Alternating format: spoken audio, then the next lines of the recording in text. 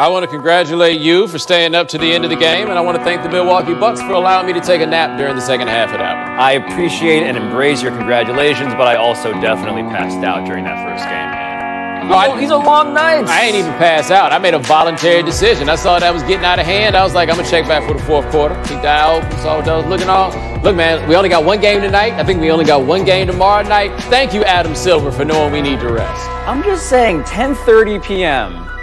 is late. I'm 33. It's late. I'm sorry.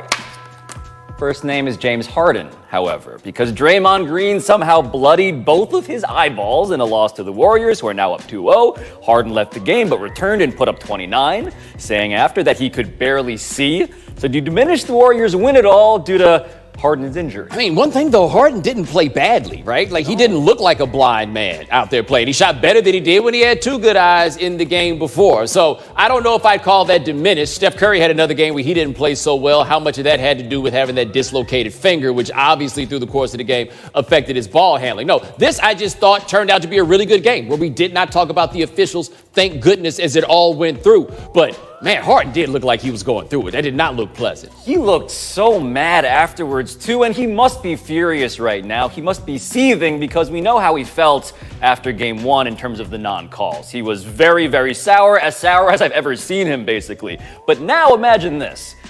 While the Warriors are all celebrating how good the officiating was, and to your point, it was largely great, James Harden gets raked by Draymond Green in the eyes, looks like he got bear sprayed. And meanwhile, Draymond Green has no punishment. There is no foul. And afterwards, he has to listen to Draymond talk about how nice this high road is because they won. Yeah, let me ask you this about Harden, though. I can't be the only person. How long did he have to roll around on the ground before you were like, oh, wow, he might actually be hurt? It was a minute before. I was like, y'all gonna have to go all the way to commercial break. He gonna be in the same spot. After he did that whole thing with his neck that one time. I thought he was lying. I will totally admit it. And I was like, oh, he's just doing this to, again, garner attention for his cause.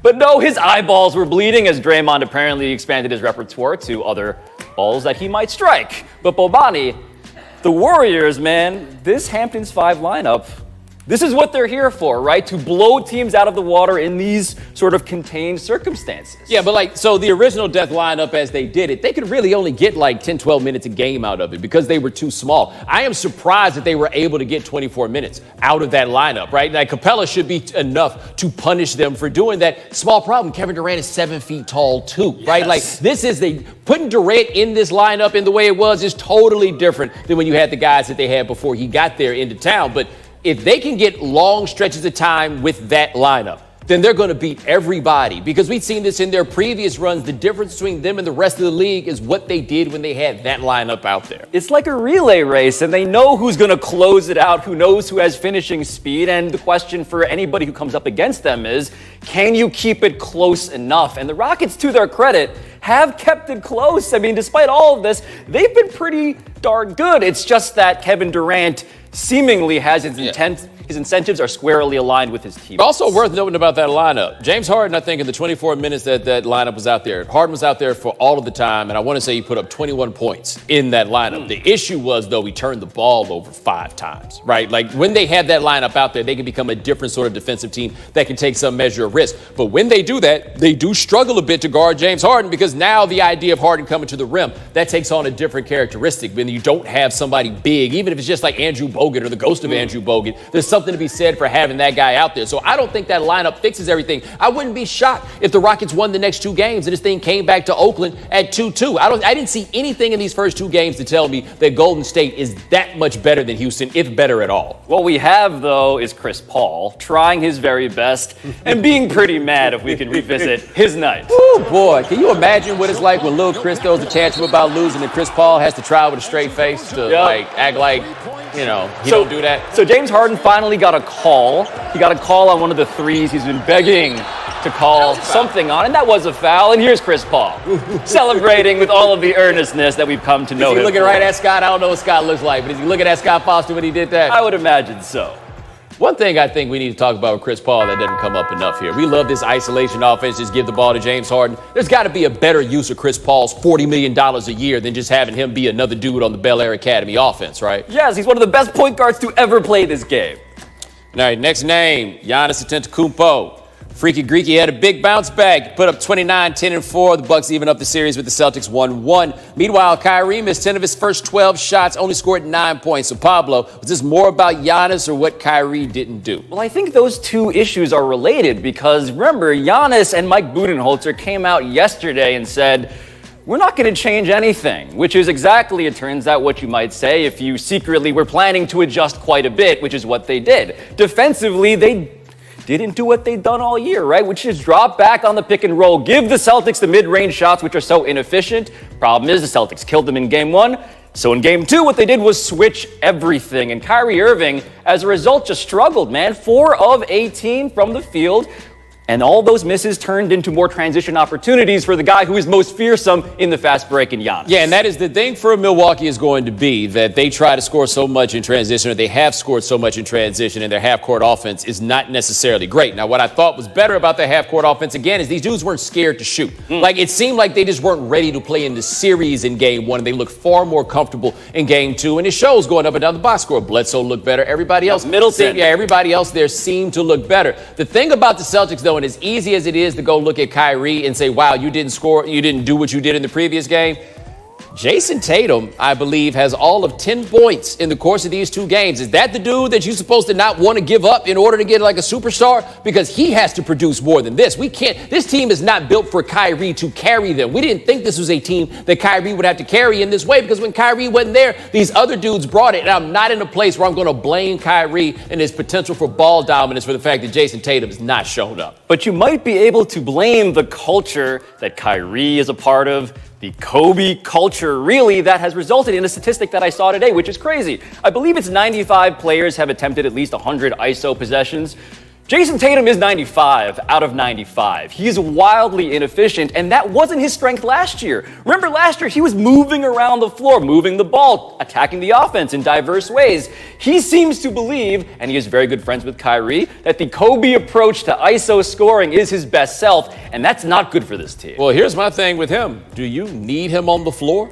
Like, if he's not going to produce, they should have enough players on this roster. Now, granted, Marcus Smart being out affects them in that way, but they should have enough guys where they don't necessarily have to have Tatum out there. He's got to score. He got to move out. Last name is the NFL. Because Nancy Armour of USA Today argues that NFL owners still don't care about domestic abuse and that teams should lose 2 mid-round draft picks if they sign someone with a history of domestic abuse and he abuses again. Is something like this, Bo, a good idea? I think that it is maybe a step toward trying to find a solution to a problem that has vexed for quite a long time. Do I think this is a good idea, though? I would argue probably not. Like, there's some particular parts of it, like the idea that you would lose these picks and you could not acquire them back by trade. I don't know how you enforce that sort of thing. It's not really how trades work. If you're giving something up, then you get something back. Okay, you go from there.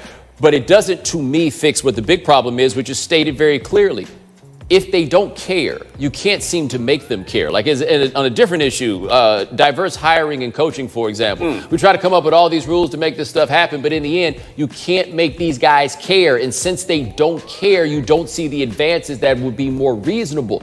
And without these guys caring, like if they cared, this is how this would go. Hey, man, you draft somebody that's going to embarrass us. We're going to fire him and we're going to fire you too. But they're not going to do that. So if you put these measures in place, what you're going to have is teams trying to find any way possible to not come up on the radar in the first place, so then they can't have the penalty. The NFL teams do not care fundamentally. That is correct. But what they are is sensitive to public pressure. And so you have a public that is looking for some semblance of moral accountability. Make us feel good about watching this sport. Clean your conscience so that we can feel good rooting for this game. The issue, though, is something that Deadspin often talks about, and it really speaks directly to the complication that you mentioned, right? The person who matters most morally in this is the alleged victim. The issue is that what the public is calling for in terms of punishment is oftentimes not what the alleged victim actually wants. Because to lose the job of the primary breadwinner is a problem. To break up a household is a problem. And also, it will deter future reporting if those are the consequences. So the NFL is in this position where they have a big platform and a big responsibility, but how can they really be better at this than the actual legal system? Well, it also speaks to, I think, the desperation that a lot of us in society feel that we have to reach out to the NFL in search of justice. Yes. Because what I think people are looking for is some institution or somebody to enforce the moral imperative and lay down the punishment. Somebody to make you feel like punishments are coming to people who deserve it. The NFL is not built for that kind of work. No. Coming up next, could Urban Meyer coach USC soon? Ooh. High Noon is brought to you by new Coppertone Sport Clear. Clear, cool, protected. And Heineken River Deck at Pier 17. Well, in case you were wondering what Christian McCaffrey did during his vacation, this is like previous Christian McCaffrey, and this is the incredible Christian McCaffrey. Far be it from me to give anybody workout advice, but I feel like you might be overdoing it. Hey, man, he been on that spinach. Quote. We'll definitely be recruiting him. What makes you think we won't be recruiters? Nothing is off the tape. Said Reggie Bush to the LA Times about how he and Matt Leinart may try to lure Urban Meyer out of retirement to coach USC. Pablo, could you see this happening? I could see it happening, and it's worth noting that Urban Meyer himself bearing a problematic history when it comes to overseeing the culture of his teams. But Urban Meyer is also like the least retired person who is retired that I can think of, right? And we know this because he has this like cyst on his brain that all his family is begging him to like stop coaching so it doesn't flare up again. And yet he's going to coach somewhere, right? So why not USC? Sure. Well, this is what he does. Also on the list of what he does, leave a school, take a year broadcasting, go get the best job that's available after. He did that before. This is when he came and worked for us. And then he took that year, and then he went and took the Ohio State job. And I would go even farther, though I don't know this is actually the case. The only reasonable explanation for Clay Helton still having a job at USC is if you think Urban Meyer needs a year off before he comes and takes this job. Now, what I find interesting about this is the NCAA has Reggie Bush totally banned from the program. There are no images of Reggie Bush around there. They're trying to figure out what they're going to have to do at Fox if they have to try to broadcast from the Coliseum during a USC game because he's not allowed to go there. And this dude is still out here trying to get down for the program. I know it's the NCAA that's doing this and not USC, but man, they'd have to do it on their own. It is funny that Reggie Bush and Matt Leinart are both sharing a desk, and both of them speak to the former relevance of that program. Is Reggie Bush just trying to like get back to good with USC specifically? But again, his problem, the NCAA is his problem. But if Urban Meyer goes to USC, it will be a paradigm change for them on offense, and they will be back pronto. Next quote. Complete bull bleep, said 49ers coach Kyle Shanahan via text to NBCSportsBayArea.com about a Bleacher Report story claiming that he doesn't trust GM John Lynch's decision-making on player evaluation. So how do you see this dynamic playing out? I mean, if Kyle Shanahan wants John Lynch gone, John Lynch is gone. The boss in this operation is Kyle Shanahan. It is Shanahan who hired John Lynch. It is not John Lynch who hired Mike Shanahan. I have no idea. I mean, he says this is completely untrue. Maybe he doesn't have any problem with what's going on with John Lynch. But John Lynch is a passenger on this train. This train, by the way, is coming into year 3. And if you don't get some signs this year, some real signs that you're making progress, you got Jimmy Garoppolo back, then we're going to have to start asking some questions. I don't care how long his contract is. It is year 3, and years 1 and 2 added up to 10 and 22. And so Kyle Shanahan, we know, like, he's a good offensive mind. He's a brilliant coach, according to some people who know about these things. But John Lynch, outside of Jimmy Garoppolo, and that's a big if because that is the franchise quarterback, he is this blank slate, right? We don't really know what John Lynch is good at. So even though they're denying all of this, I do wonder, how good is John Lynch at his job? Well, I mean, all of these guys, you have to ask this, because the thing about Jimmy Garoppolo is, and we have made the decision that Jimmy Garoppolo is a franchise quarterback. Like, collectively in this industry, we have decided that in spite of the fact that that dude had a pretty good second half of one season and didn't look especially good at the beginning of last year, we don't have a great body of evidence. They're invested in him financially. He's going to wind up being that guy. But what if Jimmy Garoppolo turns out to just be a dude? Which is totally possible that he is just a dude, because that makes me ask questions about the judgment of both of them.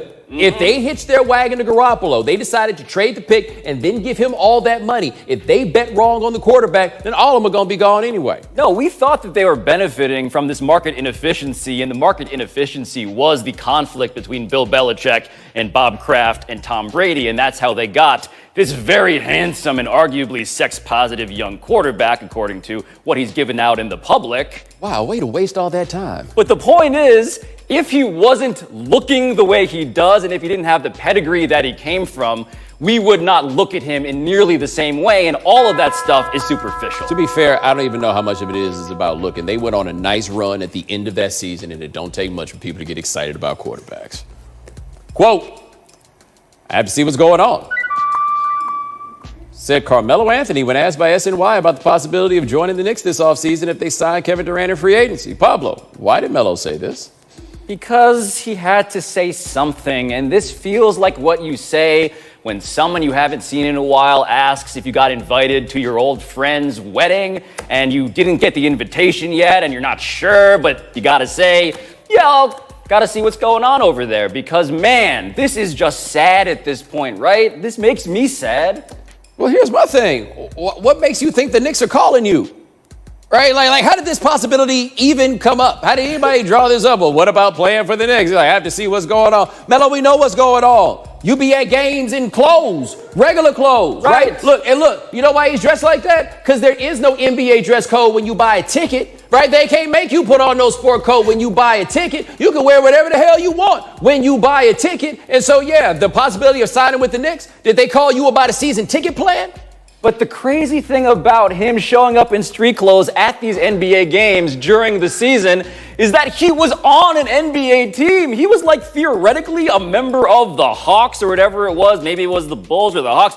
Whatever it was, Carmelo Anthony weirdly found some measure of popularity when he showed up at these arenas because everybody was like, oh, Carmelo Anthony, he's not playing anymore. And finally, we can just sort of look at him and smile and laugh, because otherwise he would be very frustrated. Yeah, he did his farewell tour. He bought them tickets off the app. Coming up next, should Vince Carter retire? Gilbert Arenas thinks so.